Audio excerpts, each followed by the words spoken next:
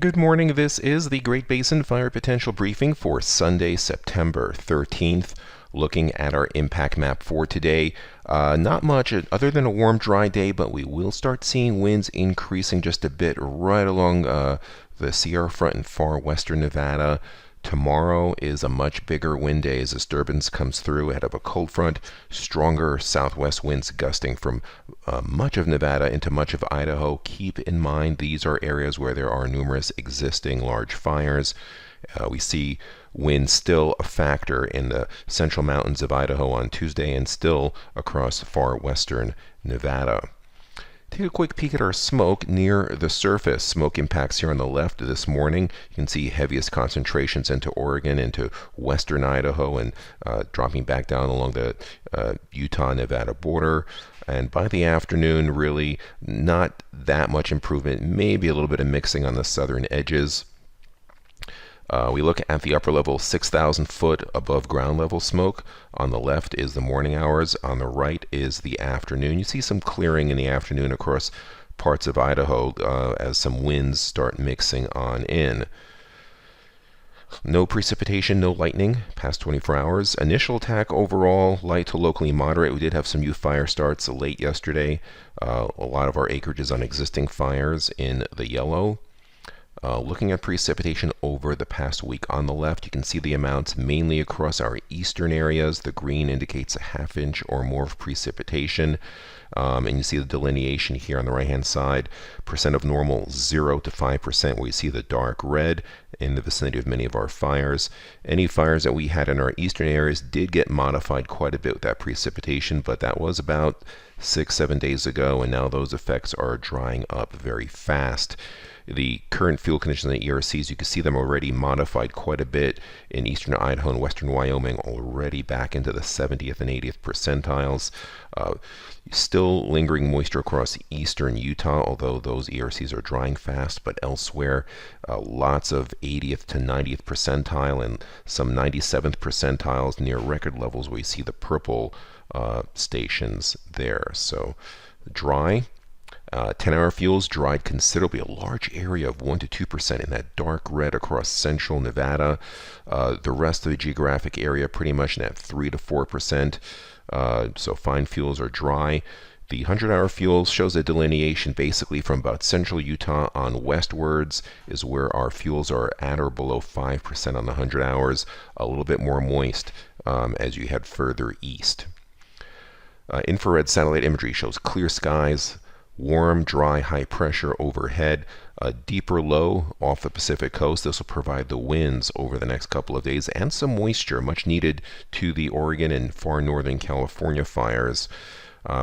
We can see the dryness of this air mass if we go to the water vapor imagery, and you see that dark copper shade, just extremely dry atmospheric conditions, why the fuels are drying out so quickly and why we're getting such extreme fire behavior. So for today, you can see the high pressure overhead, the dry conditions that mimic the water vapor and those orange shades.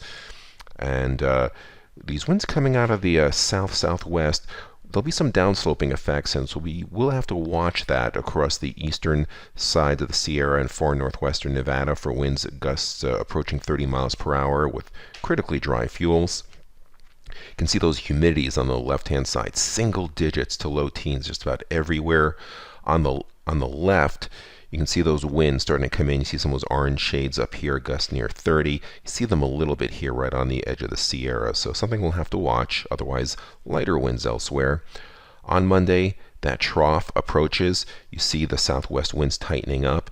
We have high risk for a much larger area of Nevada into most of Idaho and western Wyoming for winds and low humidity. You can see the low humidity there, low teens in Idaho, single digits in Nevada. You can see the winds here on the left-hand side. In the darker greens and the oranges are where they're going to be gusting in the upper 20s to low 30s, and that's with low humidity. That's with ongoing large fires on the ground. Now on Tuesday, maybe some lingering wind effects up here, still in the mountains of central Idaho, but high pressure builds back in. The trough is in place.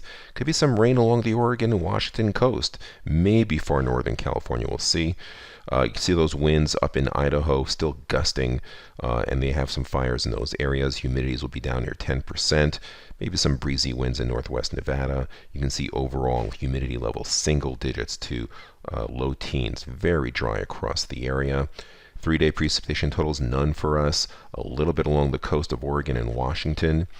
And then further down the road on Wednesday, trough low pressure deepens, keeping its moisture mostly to our west. There's drier air pushing in. You can see PSA-wise on the right, just about everyone back into the critically dry condition. And then the high risk appears across much of Nevada and maybe into southwest Utah as this wind gradient tightens, dry air pushing in on the south edge of this low. And then the low moves onshore Friday. Good news for the Pacific Northwest, some much needed rain for their areas. But here in the Great Basin, at least initially on Friday, we will be on the drier side. Dry winds, a big concern. We see high risk here across much of the southern half of the geographic area. The trough pushes through. It could be some moisture up in the central mountains of Idaho. So you see breakdown back into the yellow, moderately dry up there, but still once you get below the Idaho, Utah, Nevada border, we stay critically dry in most areas and probably breezy. 7-day precipitation totals, we see about 1/10 of an inch to 1/4 of an inch in the higher terrain of Idaho. 1 to 2 inches of rain across Oregon, Washington. That's going to be a big help. It does unfortunately peter out as it gets into California. The 8 to 14-day outlook shows continued drier than normal conditions, continued warmer than normal. This is September 20th to the 26th, so no quick end to fire season in sight. This concludes our briefing. Have a great day.